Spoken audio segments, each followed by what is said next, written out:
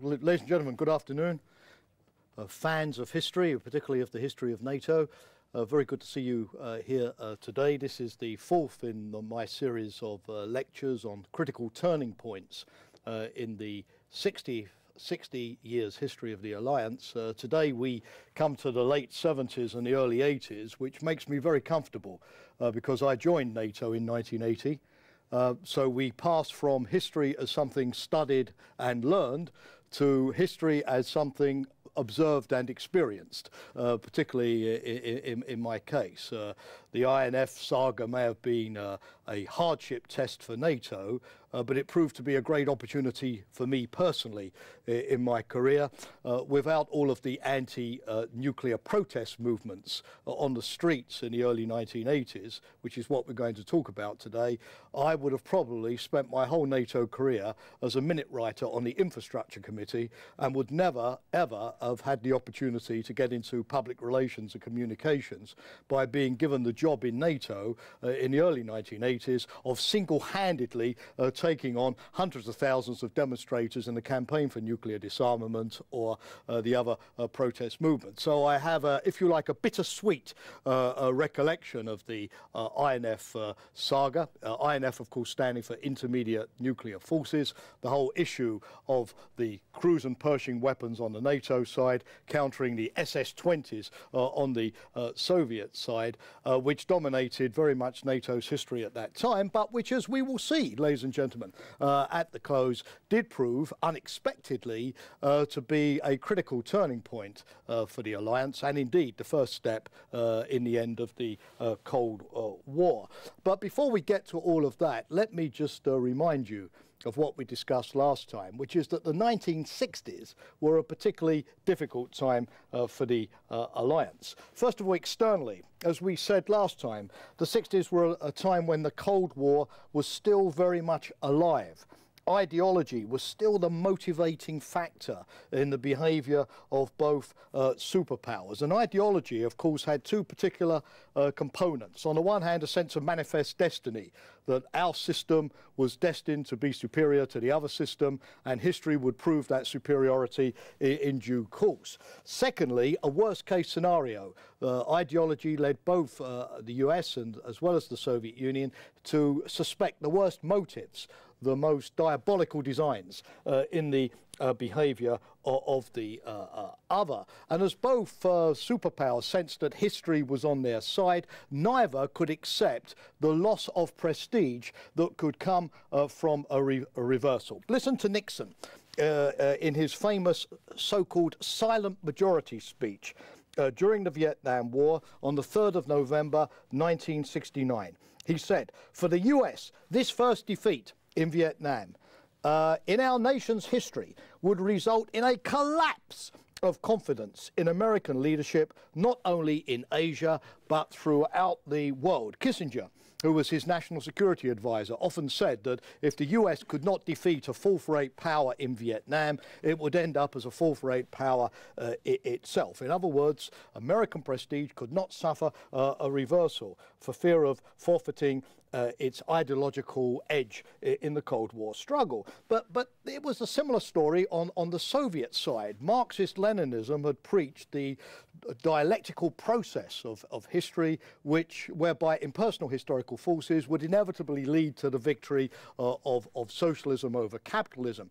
So the Soviet Union neither could afford the rebuttal of a reversal. It's clear that the Soviets were not very keen on invading Czechoslovakia in August 1968. They postponed it as long as they possibly could. They called Dubček, the Czech leader, to Moscow. They dressed him down. They tried to persuade him to change course. But eventually, for fear of seeing a communist regime overturned by its own people, they intervened and established the famous Brezhnev doctrine of the limited sovereignty of allies of the Soviet Union. A similar episode occurred, however, in December 1979, when the Soviet Union invaded Afghanistan. If you look at the memoirs of Foreign Minister Gromyko, it's clear that for a year, Gromyko advised Brezhnev and the Politburo not to invade Afghanistan. There were sentiments of what you hear in NATO today about Afghanistan. Gromyko pointed out that the country was very difficult to subdue. Even Alexander the Great had not managed it. The Soviet Union would get bogged down. The Soviet Union should not go in. But despite all of this, in December 1979, the Soviet Union sent 75,000 troops into Afghanistan. Why? To prop up a communist government. After the murder of the communist ally, Tariqi, in Kabul, and his replacement by Amin from a different faction, a man who had been educated in the United States and who it was claimed was having secret talks with the Americans. The Soviet Union was distressed that, as one famous KGB operative said, that the Afghans were going to do a Sadat on us, referring to the Egyptian leader Sadat, who in the late 70s switched from the Soviet side to the American side and took Egypt out of the Soviet camp into the Western camp. The Soviet Union simply couldn't tolerate that the communist revolutions could be set into reverse, and therefore they took the catastrophic decision to go to Afghanistan and paid the price. So the domino theory was that a setback in one place would immediately provoke a chain reaction of overall setbacks. So every local conflict, Vietnam, Korea, Afghanistan, held the key to ultimate success in the Cold War. And the price for those who lost was very tough. Every Soviet leader after Khrushchev saw the lesson that Khrushchev had been deposed in 1964 because he had lost the Cuban Missile Crisis against Kennedy in October 1962. Everybody feared failure above everything else. But brinkmanship, therefore, as it became known, was equally an operating principle at that time.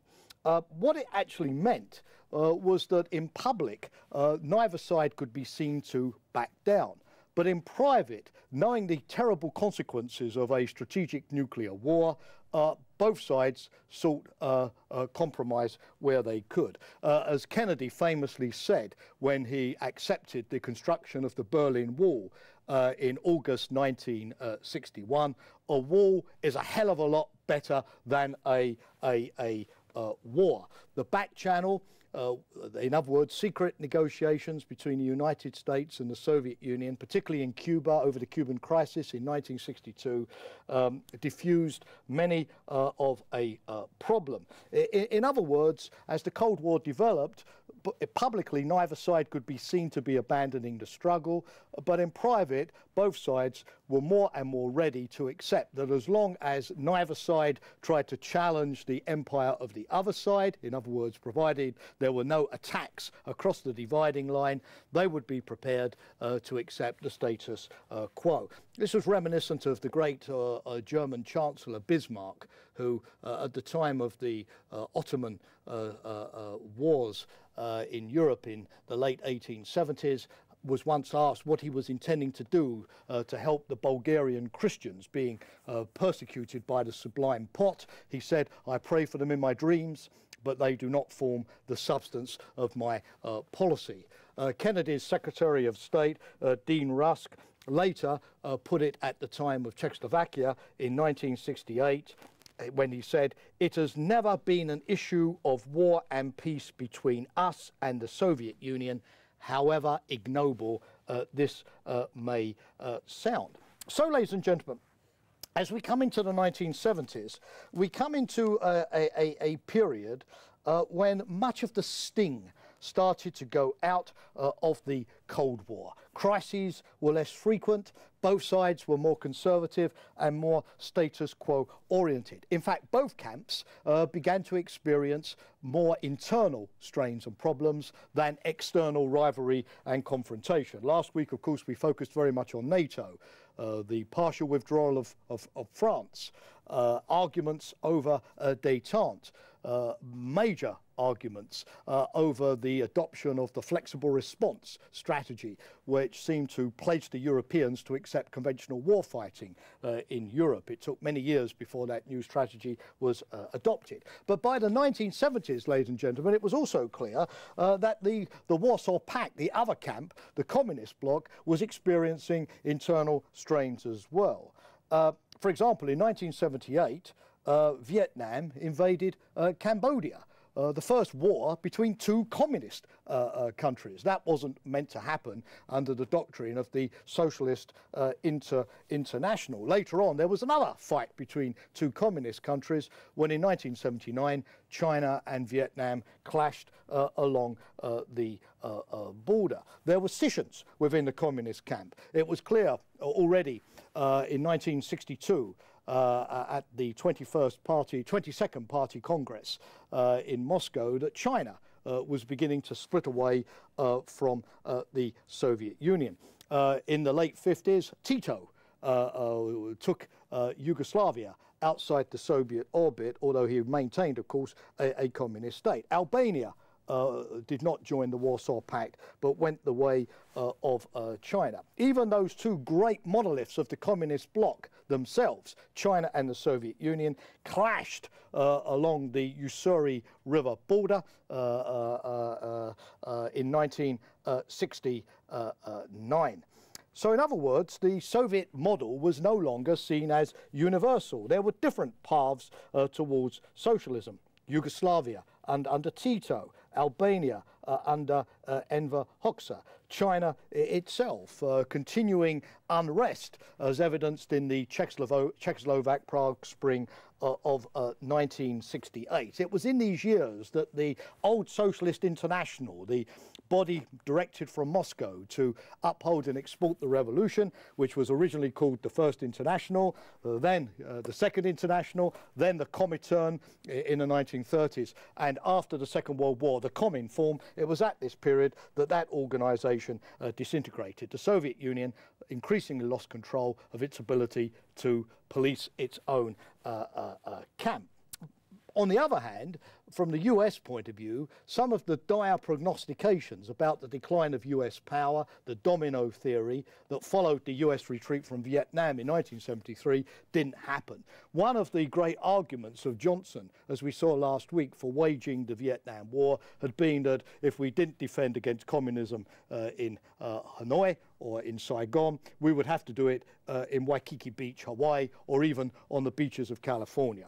It's true that Laos and Cambodia fell to communism in 1975, but the dominoes did not fall. They did not fall in the Philippines, they did not fall in Thailand, they did not fall in Indonesia. So, ladies and gentlemen, as we move into the 1970s, we enter a period where both superpowers became more modest in their aspirations, more realistic about their need to work out a modus vivendi for how they were going to live together, something that Brezhnev later called peaceful coexistence, and were increasingly also aware that if they could not happily coexist, they would nonetheless accept a détente, not through choice, but more through necessity. Listen to Kissinger writing in 1972. Our relative position, he said, was bound to decline as the USSR recovered from World War II. Our military and diplomatic position was never more favorable than in the very beginnings of the containment period in the 1940s. Kissinger was convinced that détente was the management of relative American decline in the world. Listen to him again, this time writing in October 1973. The attempt to impose absolute justice by one side will be seen as absolute injustice by all the others. Stability depends upon the relative satisfaction and the relative dissatisfaction of all the sides. In other words, détente is about managing compromise on both sides. Each superpower has to be prepared to accept less than optimal outcomes. The United States felt that it had to accept its limitations. The impact of the Vietnam War was considerable, both on American society, the American economy. It cost the United States $167 billion, which doesn't sound very much during today's credit crunch when governments seem to be injecting those amounts into the banks virtually every week. But back in 1973, it was a colossal amount of money. The United States, the Congress passed the War Powers Act in 1973, which clipped the wings of the American president in terms of his ability to be able to send US troops into action. action. Later on, after the scandals with the CIA in Chile, Congress again put limitations on the ability of the United States to fund foreign forces or foreign agents sympathetic to its goals. The United States in the 70s felt a very, very long way from Kennedy's great inauguration speech of 1961, when you recall he promised to bear any burden in the struggle of freedom. The US was forced to accept nuclear parity with the Soviet Union, particularly enshrined in the basic principles that were accepted in 1972, along with the Salt2 Treaty, which recognized the Soviet Union as equal in every respect.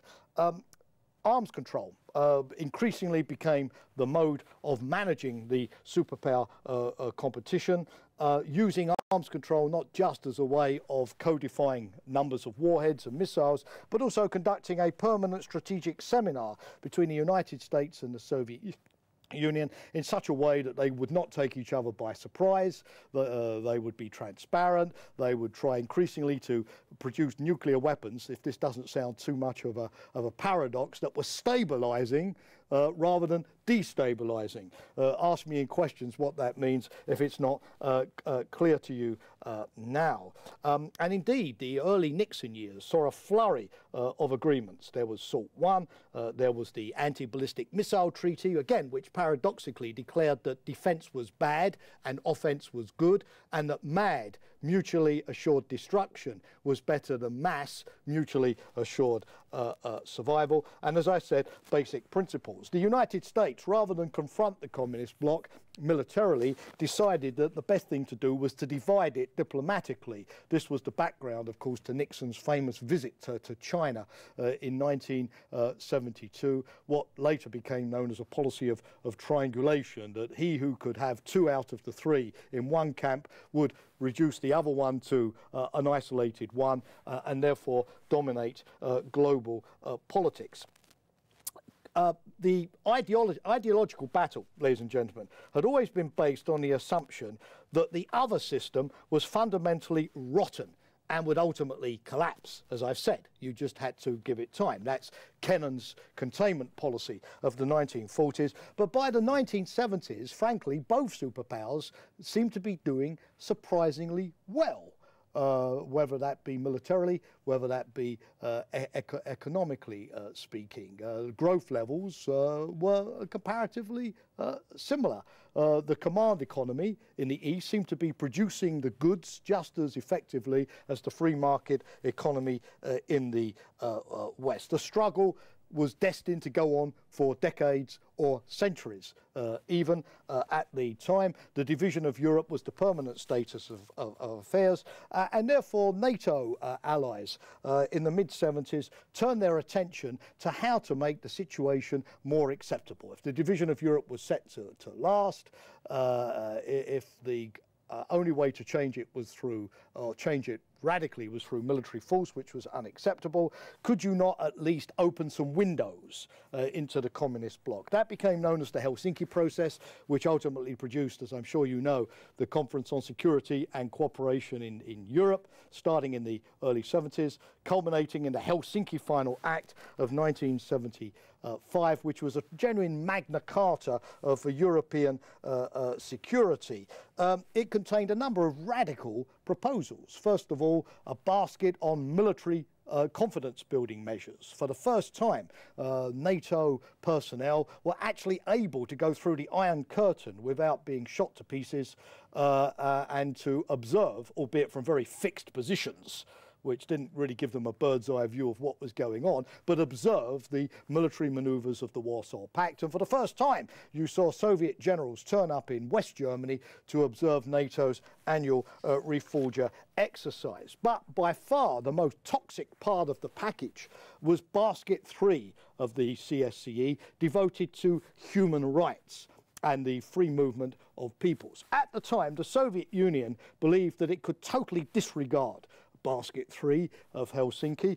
Gromyko reassured Brezhnev, I quote, "Don't worry, we are masters in our own house." In other words, this is just eyewash. We'll never implement it, and nobody will ever expect us to do so. We now know, of course, that Basket 3 was the beginning of the people's popular movements in Eastern Europe, Charter 77 in Czechoslovakia, Echo Glasnost in Bulgaria, the German Lutheran churches, which was to prove so detrimental to communism in 1988, 1989, leading up to the collapse of the Berlin Wall. It didn't look like that at the time. But Henry Kissinger did say later that rarely has a diplomatic process so illuminated the limitations of human foresight. We didn't know it. Therefore, 1970s, we seem to be in a situation, as I've said before, where gradually the two blocks would come together. The great doctrine at the time was the so-called Sonnenfeld doctrine, named after Helmut Sonnenfeld, who was an aide to Henry Kissinger, who gave a speech which became a sensation, which was basically the convergent theory, that the West was becoming more social democratic as the years went by with the creation of the welfare state. Even the communist parties in the West, particularly Italy with the reformed communists under Enrico Berlinguer, were giving up the struggle and accepting the system. On the other hand, in the East, communism was gradually opening up as it felt more reassured about its permanence, to allowing more West-to-West contacts, more economic exchanges. And so, as a result, eventually the two systems would merge one day. The ideological struggle would disappear because we would all be social democratic. There would be more capitalism in communism, there would be more socialism in capitalism. It seemed like an extremely attractive process. Indeed, a sensation of sensations was a World Bank report dated 1977, which actually claimed that the German Democratic Republic, East Germany, was the world's 10th largest economy, ahead of the United Kingdom. There's a famous story here, which I will go back into when we do 1989 next time. But when Gorbachev turned up in October 1989 at the 40th anniversary of the GDR, about 1 month before its collapse and disappearance, Honecker, the East German leader, in his public statement, repeated that assertion from the World Bank that East Germany was the world's 10th largest economy, ahead of many of the West European countries. Gorbachev laughed. He was right to do so. It was a total hoax, but it seemed at the time to be true. When Jimmy Carter became president of the United States in the late 70s, he also believed it was time to call the Cold War to an end. He gave a very famous speech at the University of Notre Dame in Indiana in 1977 when he warned his countrymen against the inordinate fear of communism. In other words, communism was no longer a danger. It was just an ism, like any other ism. He cancelled the B-1 bomber program. He reduced the American defense budget. The 1970s were a sleepy time at NATO, with détente and what seemed like to be the gradual winding down of the Cold War as we increasingly would converge. Indeed, in the 1970s, if you spoke about security to a NATO member state, it would probably focus more on domestic problems. The Greeks were focusing on the Turks. The Turks were focusing on the Greeks. The biggest headache for NATO in the mid-70s, ladies and gentlemen, was not the Warsaw Pact or the Soviet Union or Brezhnev. It was the Greek coup in Cyprus in 1974 and the Turkish invasion of the north, which divided the island in a way which remains true to this day. Britain was worried mainly about Northern Ireland and the human rights, Catholic human rights movement in the north. Germany was worried about the Baader-Meinhof groups shooting up German bankers and politicians. Italy was worried about the Red Brigades. Homeland security seemed to be more important. Yet, just a few years later, again, incredible turnaround, just a few years later, we no longer had that mood of optimism. By the early 1980s, NATO was facing an existential crisis. Hundreds of thousands of people demonstrating on the streets. NATO governments are at the brink of resignation over the decision to install cruise and Pershing weapons. The bulletin of atomic scientists in the United States having the nuclear clock to Armageddon, 1 minute to midnight, on the front page of their magazine, and a poll in Time magazine of the under 30s showed that their greatest fear was the inevitability of nuclear war in their lifetime. Well, you ask, what happened to suddenly transform this situation? Well, in these lectures, I've tried from the very beginning, with all of the usual difficulty, to be as objective as I can, particularly in apportioning blame or responsibility. But I think this time round, one has to be fair. It was the Soviet Union which unilaterally abrogated détente in the late 1970s. Why did it do so? Well, again, I think there is a certain degree of the tail wags the dog, which I referred to at the beginning, that the Soviet Union, albeit a conservative power, simply couldn't sit on its hands if there was a communist ally that needed to be defended somewhere, because to allow communism to fail was to discredit the ideology. Brezhnev always made clear that when he spoke about peaceful coexistence, he meant Europe, not what Jimmy Carter thought, which was the rest of the world. That stalemate in Europe didn't mean that places like Africa were not up for grabs. At the end of the 1970s, Brezhnev made the mistake, Soviet politicians recognized it as a mistake later, of getting the Russians increasingly involved with the Cubans in African conflicts. Support of the Cubans to Angola. Castro today mainly sends doctors around the world as part of Cuban foreign policy, but in the 70s it was troops. The Soviets got embroiled in a war between Somalia and Ethiopia. First of all, they were on the side of the Somalis, then they switched to the side of the Ethiopians. The US Congress was in an uproar that the basic ground rules that Henry Kissinger had brilliantly seemed to design were suddenly no longer being respected. And yet, as I said, because of the limits that Congress had put on the administration after the Chile Allende scandals, the Americans felt that their hands were tied in dealing with that. Then came the Soviet invasion of Afghanistan in 1979.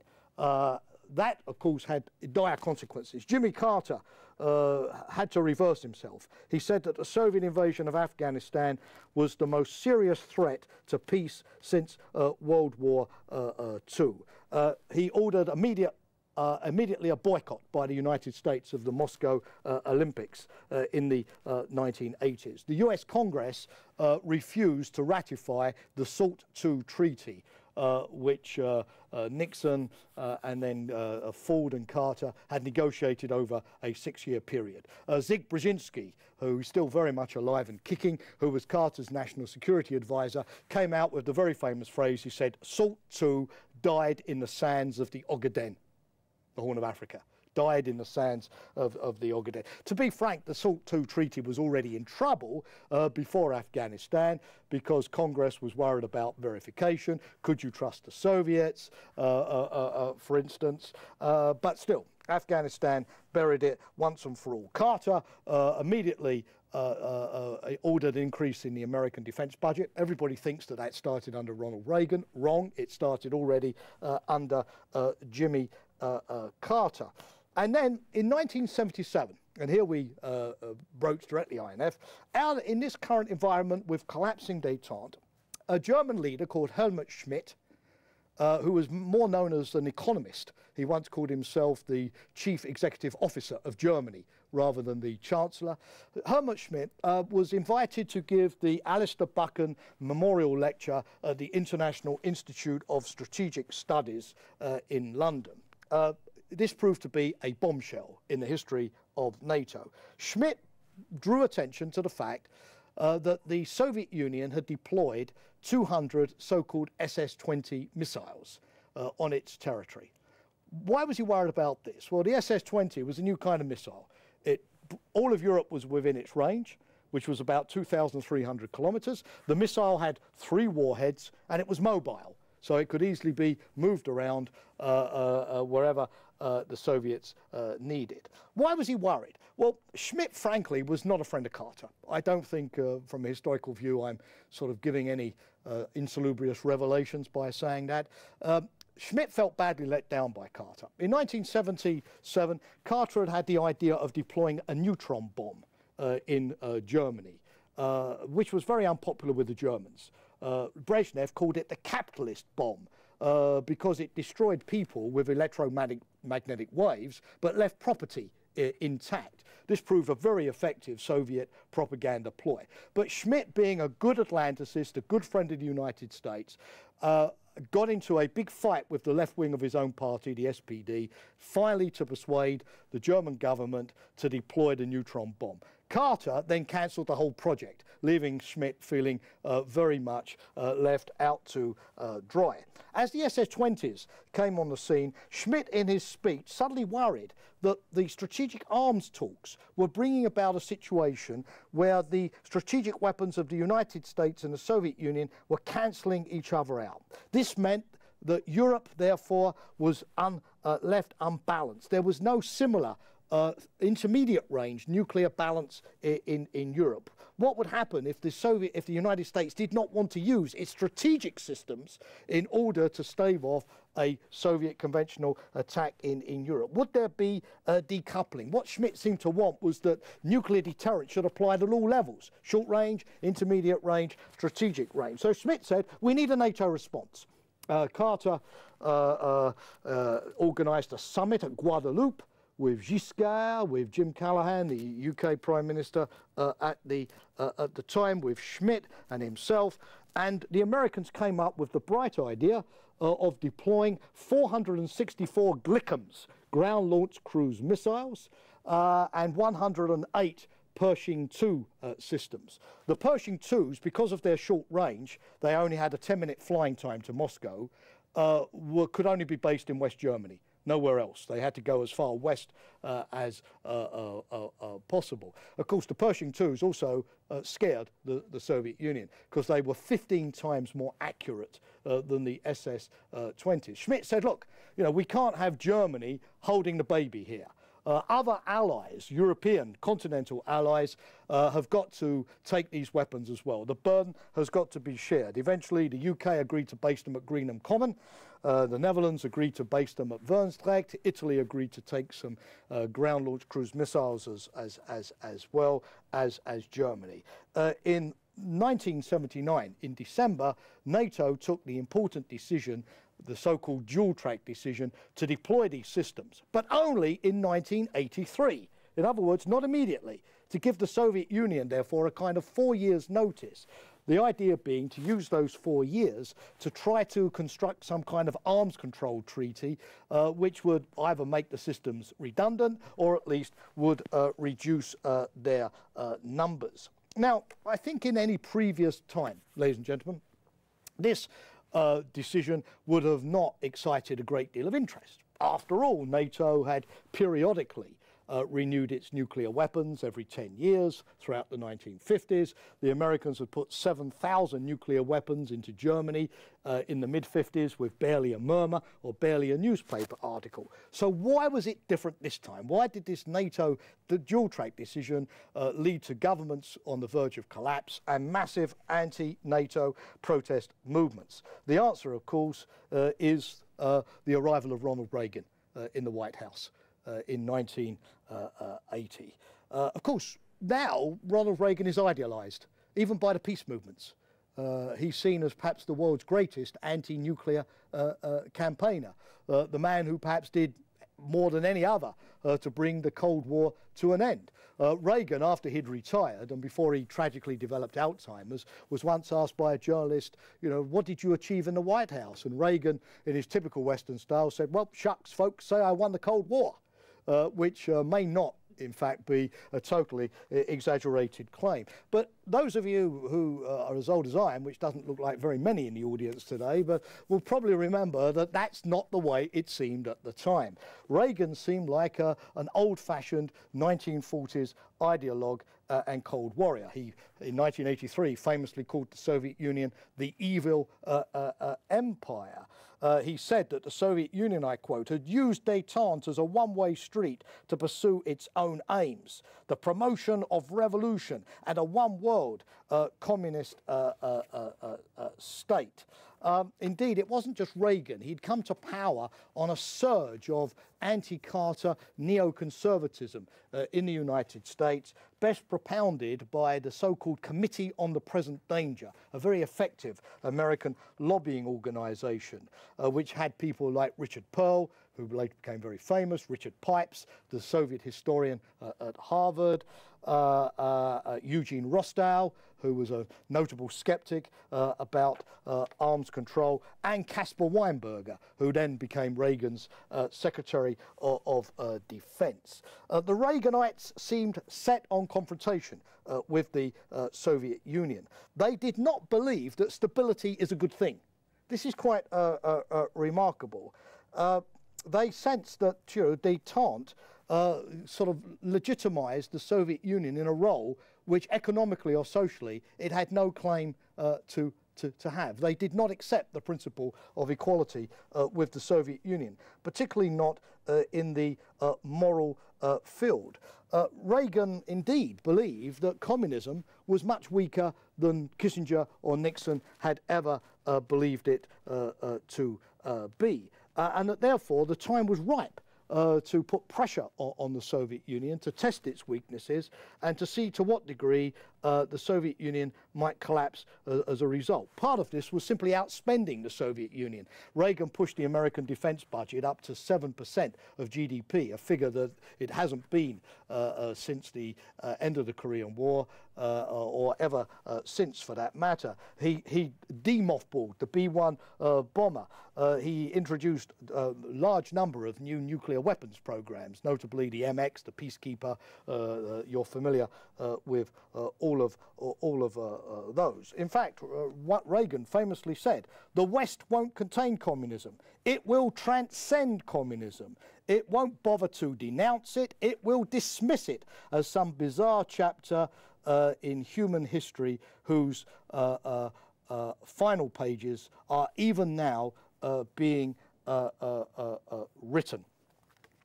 This, of course, for Europeans who were wedded to Willy Brandt's Ostpolitik, to the CSCE, to reaching out to the East, to the convergence theory, to the expectation that life was going to get better. This, of course, was a truly cold shower. Therefore, the missiles, the Cruise and Pershing, no longer seemed simply to be the reflection of a deteriorating East-West relationship.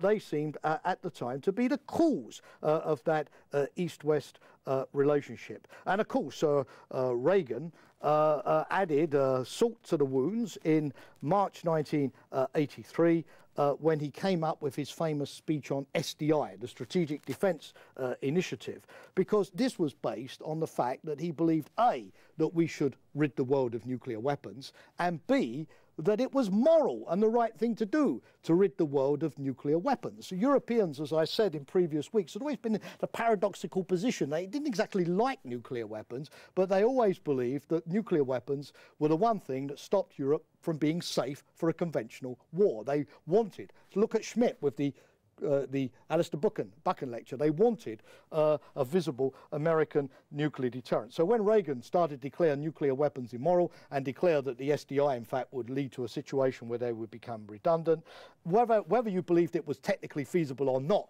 to put laser beams in space, you know, to shoot missiles down in the atmosphere, the actual strategic principles seem to be highly dubious. The result was instantaneous. Massive protest movements on the streets of all European capitals. 300,000 in Bonn in 1983, listening to Willy Brandt, the former German Chancellor, denounce Cruise and Pershing.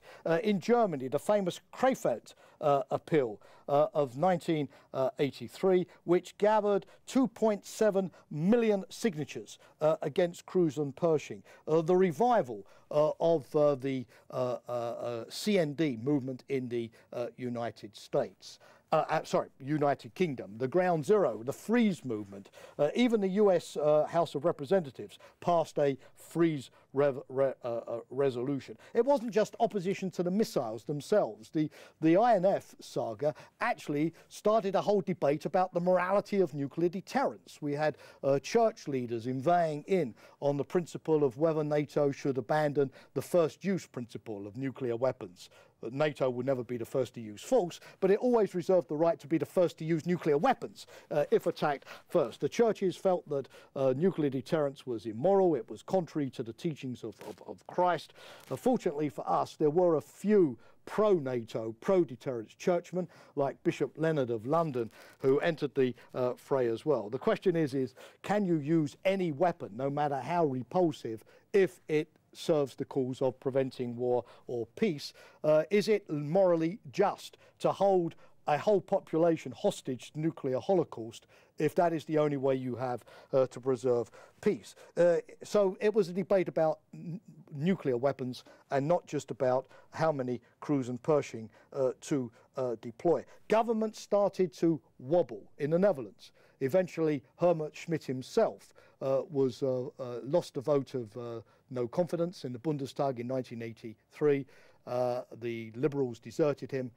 He couldn't control the left wing of his own party, and that opened the door for Helmut Kohl, the very famous Helmut Kohl, to become Chancellor of Germany. NATO was helped, though, despite the fact that we suddenly had, for the first time since the end of the Cold War, the collapse of the pro-NATO political consensus between right and left. NATO was helped by some unlikely allies. President Mitterrand of France. He went to the Bundestag in January 1983, and he gave a very famous speech where he said to people, hey, as he said in French, les missiles sont à l'est, les pacifistes sont à l'ouest. Interesting. Missiles are in the east, peace campaigners in the west. He basically said to the Germans, you have got to be good NATO allies and keep your promise and deploy the Pershing IIs and the Cruise. Now, coming from a country, France, which had not participated in the twin track decision, which had its own independent nuclear deterrent after de Gaulle's partial withdrawal, this may strike you as being a bit rich, yes? But at the time, it was of fantastic importance in keeping NATO together. France saved the day, almost, because for the Germans to hear this from the United States was one thing. To hear this from their special partner in building the European Union, France, was particularly from a socialist president of France. Now, that was something completely different. So the 1980s were a period when NATO seemed to be wobbling. The problem, of course, is that nobody expected Ronald Reagan's 0-0 option to work. Reagan, in late 81, had proposed to, in an effort to capture the moral high ground, the 0-0 option. NATO would not deploy its Cruise and Pershing, and in return the Soviets would get rid of their SS20s. Nobody believed him. Everybody said that this is just propaganda, this is not serious, you know, this is just a diversion. How can you expect the Soviets to give up weapons which they have deployed for weapons that NATO isn't going to start deploying for another few years and probably will never be able to deploy because of all of these protest movements? Indeed, the peace movement seemed to be right, because when the first cruise missiles went in to the UK in 1983, the Soviets walked out of the so-called INF negotiations in Geneva, and we really did seem to be back to the height of the 1950s Cold War. Well, I'm glad to tell you, ladies and gentlemen, but I think you know it already, that all of this saga has a happy ending.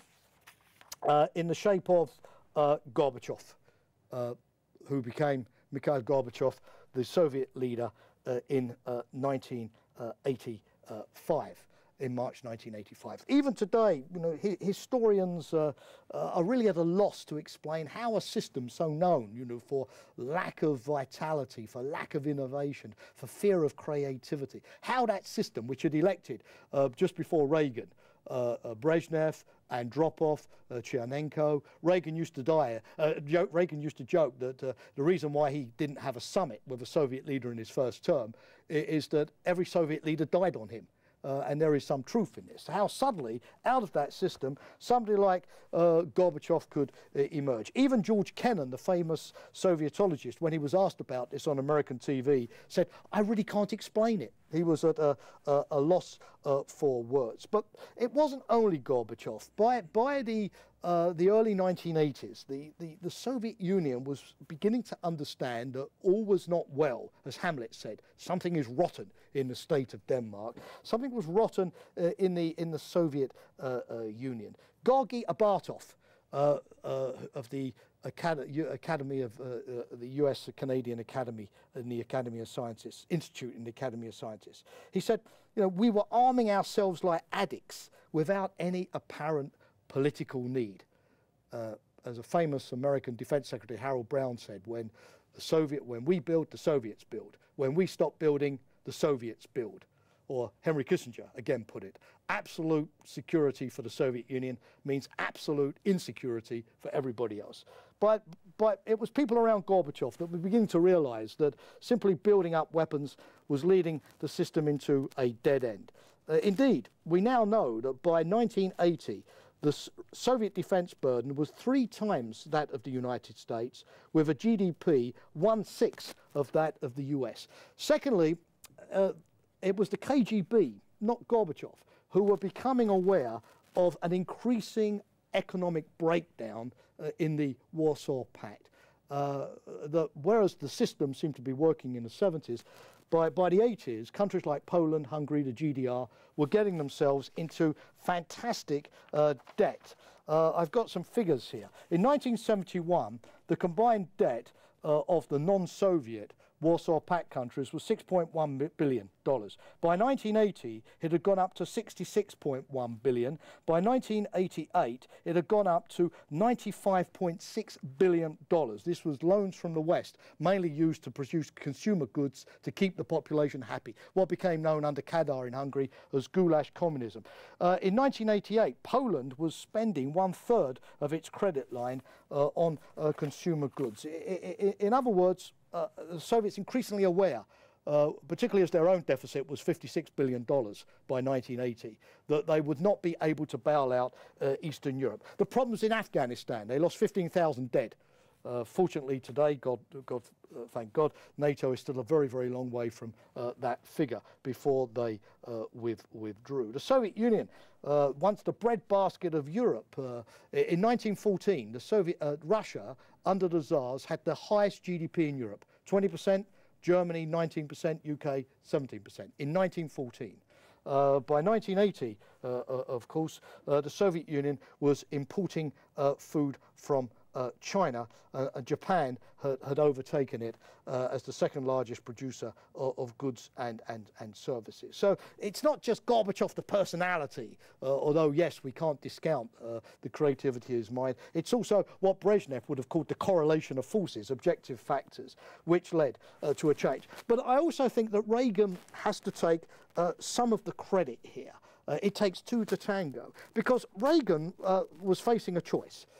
Continue a policy of confrontation, outspend the Soviet Union, condemn it, as he famously said, to the ash heap of history, keep the confrontation going, or having rebuilt American strength, but he increased the US defense budget twice between 1980 and 1985, then negotiate from strength. And unfortunately for Reagan, fortunately for us, Reagan listened to George Shultz, Jim Matlock and Paul Nitze, more than he listened on this to Daniel Pipes, Caspar Weinberger and Richard Pearl. Reagan decided to negotiate, and the result was the INF Treaty, the 0-0 option, which was finally signed in 1987. There had been some wobbles before that. For example, in Reykjavik at 1986, one of the most incredible meetings in the whole of human history, Reagan and Gorbachev, left to themselves over a dinner, had decided to eliminate all nuclear weapons by the year 2000. The Europeans were horror-struck that this could be done.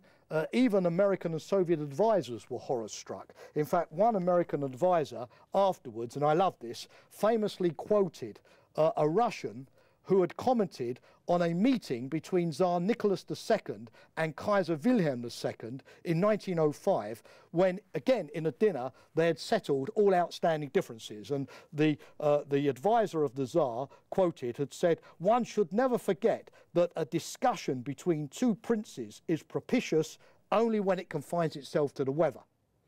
But it's also," in other words, bureaucrats like Sir Humphrey Appleby in the Yes Minister series on British TV hate it when their politicians decide things when they're not there or against their advice. But Reagan had not agreed to Gorbachev's request to give up the Strategic Defence Initiative as a quid pro quo for getting rid of all nuclear weapons. So Reykjavik, although it came very close to being a transcendental summit, ultimately was a failure. Still, détente continued. Gorbachev went to the United Nations and made his famous speech in which he declared that everybody had freedom of choice and announced a unilateral withdrawal of 500,000 Soviet troops from Eastern Europe. And as I've said, in December 1987, the INF Treaty was signed. It not only eliminated, ladies and gentlemen, the Cruise and the Pershing and the SS20s.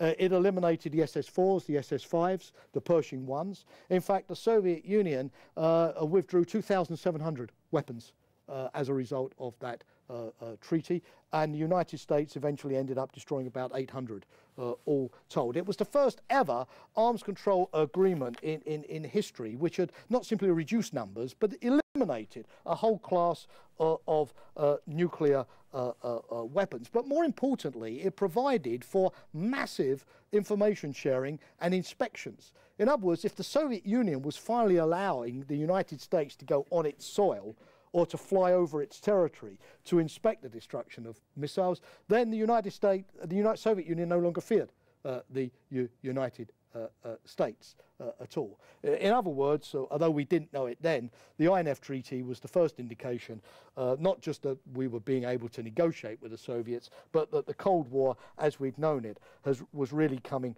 to an end.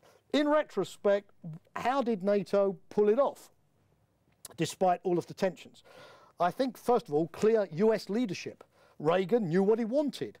He was somebody who built up strength for a purpose, not just to be strong, but in order to be able to negotiate. He had an idea and he stuck to it. He was able to accommodate ideology to practical reality in a way that few leaders are able to do. We have those who have a good tactics but no vision, and those who have vision but no tactics. Reagan was rare. He had both, and he had the personal ability to communicate with Gorbachev over the head of his officials and to strike deals. Secondly, NATO had a clear strategy. Deployments on the one hand, but linked to arms control. And of course, the willingness to actually deploy the weapons to show the Soviet Union that we were really serious as the sine qua non for getting the Soviets to be ready to make concessions. If you like, we had to go through the pain of deployments before we got the gain. Thirdly, realizing that the only way that you're going to win the argument is to carry out your strategy. Before the deployments, there were two camps. Those who said, this is going to bring about World War III, and those who said, no, deploying these weapons will persuade the Soviet Union to negotiate. How could you win that argument? By deploying. As Napoleon used to say, on s'engage et puis on voit. We engage first and then we see. This happened afterwards, ladies and gentlemen, in the 90s with NATO enlargement, where people again said that NATO enlargement will lead to a new world war with the Russians, and others said, no, the Russians will accept this and it will stabilize Europe. How did we win the argument? By doing it. You cannot win intellectual arguments without creating facts. And then a lesson very much that applies to today in Afghanistan, strategic communications. We had a big problem with the peace movements, but in a way, frankly, which I've never seen since the early 80s, NATO governments actually got behind the communications effort. Maybe it was, the thought of my imminent hanging concentrates the mind wonderfully, yes? But you know, the UK set up a special department called DS19 to take on the CND. Ministers went out making speeches. Governments funded, in my country, organisations like Peace Through NATO or the Coalition for Peace Through Security, NGOs, to get the arguments out. They pushed brochures out and so on. Again, you know, we lament so much today in Afghanistan that we're not getting the message across, but I see nothing comparable to the mobilization of government information efforts that was made in the 1980s. And finally, smart NATO diplomacy. A special consultative group in NATO worked day and night. The Americans came to brief constantly on what they were up to in their negotiations with the Soviet Union. The Americans made sure that they had NATO blessing for every new proposal before Maynard Glikman, the American negotiator, took it to Geneva with the Soviets. The alliance really felt that it was in the same boat. I suppose it was like Benjamin Franklin. Either we all hang together or we hang separately. But again, that is very much a lesson for the modern day, that only united did we have a chance of succeeding, but if we went alone, following our own national agendas, we would certainly fail. So, ladies and gentlemen, in conclusion, the INF saga, as difficult as it was at the time, marked the first instance of what I call catastrophic success. In other words, what happens to NATO when you get what you want? You know, remember the Chinese curse, give somebody what he wants. It's the quickest way to destroy him. We had this again in 1989. We'll talk about this next time. Catastrophic success, the wall comes down. What happens when you succeed beyond your wildest dreams? At the time, I must say, particularly as Reagan left office and George Bush, not George W. Bush, George H.W. Bush, number 41, not number 43. As he took over, there was a great mood of skepticism towards Gorbachev. You know, this Gorbamania in Europe, this Gorbasm, as one German commentator called it. You know, was it really a trick by Gorbachev? Was he sort of a devilishly clever new sort of Stalin-like Soviet leader who was going to sort of, you know, denuclearize Europe, neutralize Europe through charm rather than through threats, but with the same idea of driving the Americans out? You know, Gorbachev just looked too good to be true.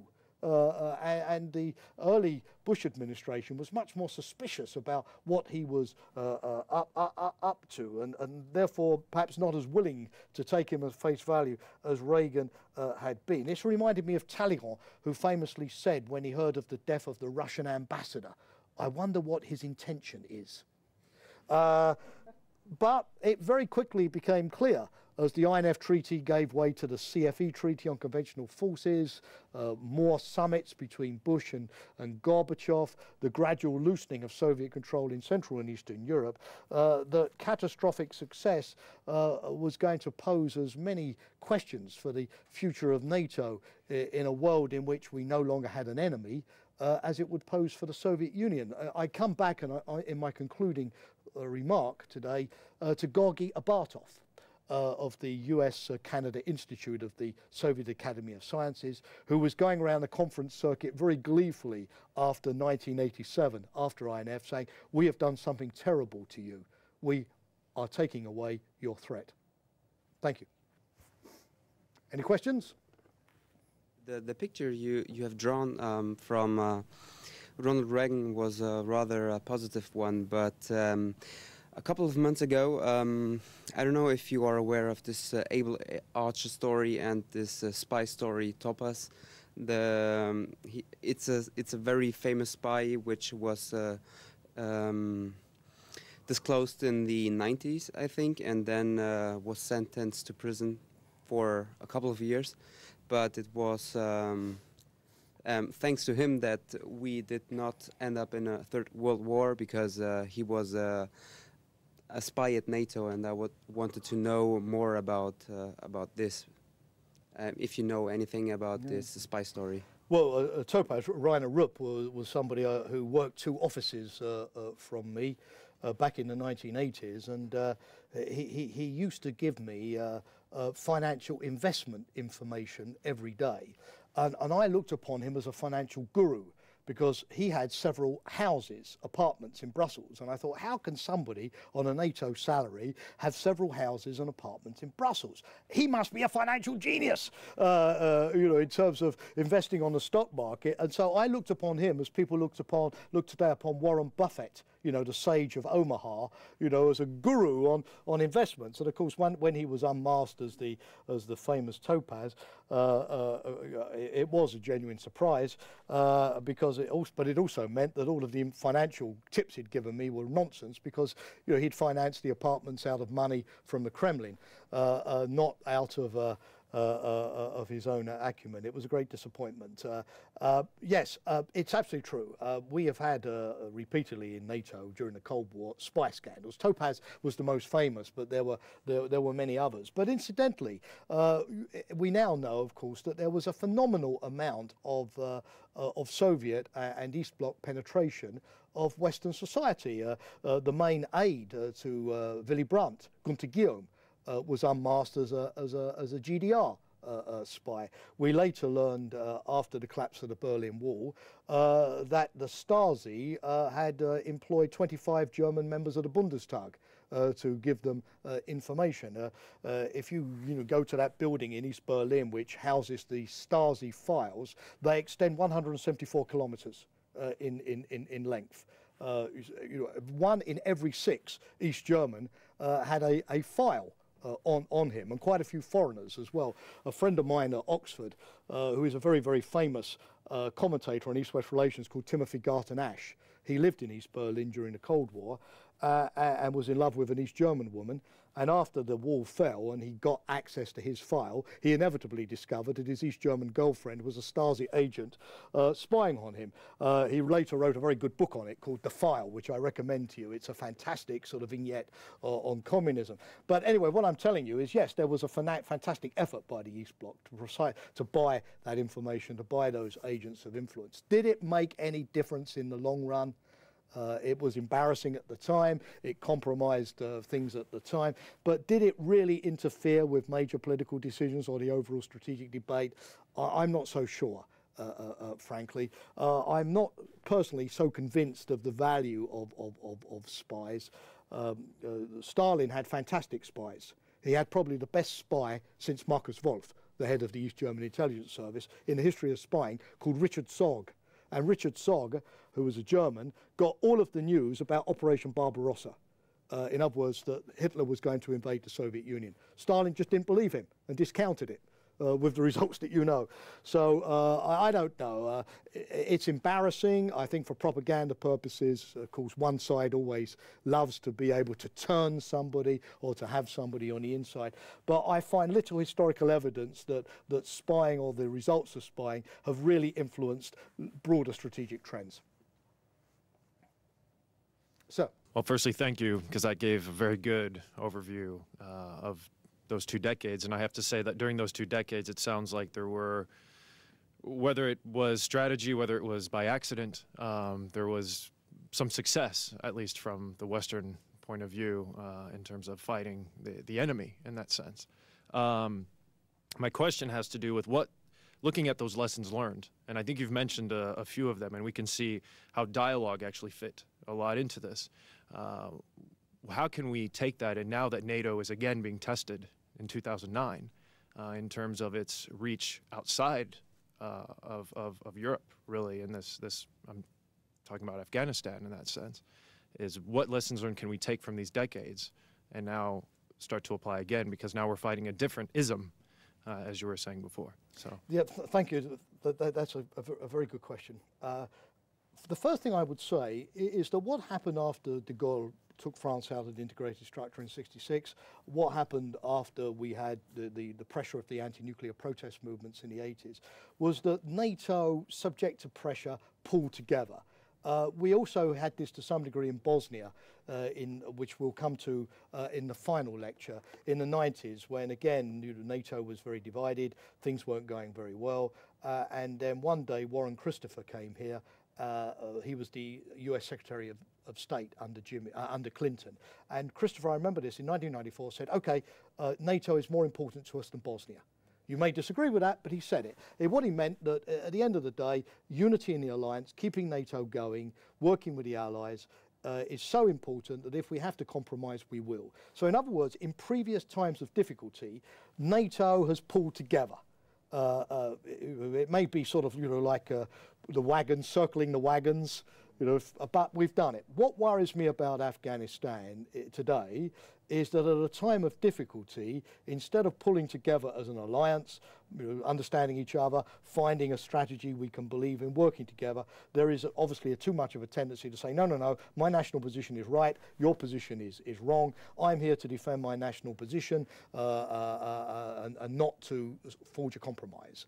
The unity of the alliance is no longer the greatest value. I'm not saying that will happen on Afghanistan. I hope it will not. The Strasbourg summit we've got in a few weeks for the 60th anniversary, when Afghanistan will be key. The idea of making a bigger effort hopefully is going to sort of change that situation around. But of course that would be my major conclusion there, that times of difficulty, we've got to pull together as an alliance, be prepared to compromise and so on. That is the condition of success. Not all believe that the difficulty proves that I'm right, my analysis is right, your analysis is wrong, and blame each other and drive apart. Of course, the alliance was much smaller in those days.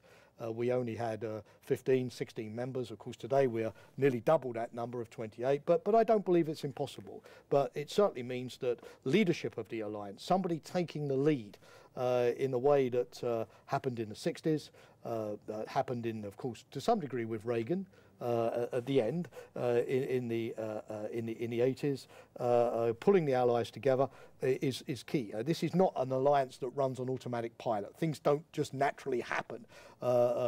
NATO is not a naturally stable organisation because it's democratic. Countries have their own views. So somebody has got to pull things together. So that's why I emphasised leadership. I emphasised strategic communications, particularly as I mentioned, because that subject has now come back with Afghanistan, but in an optimistic sense.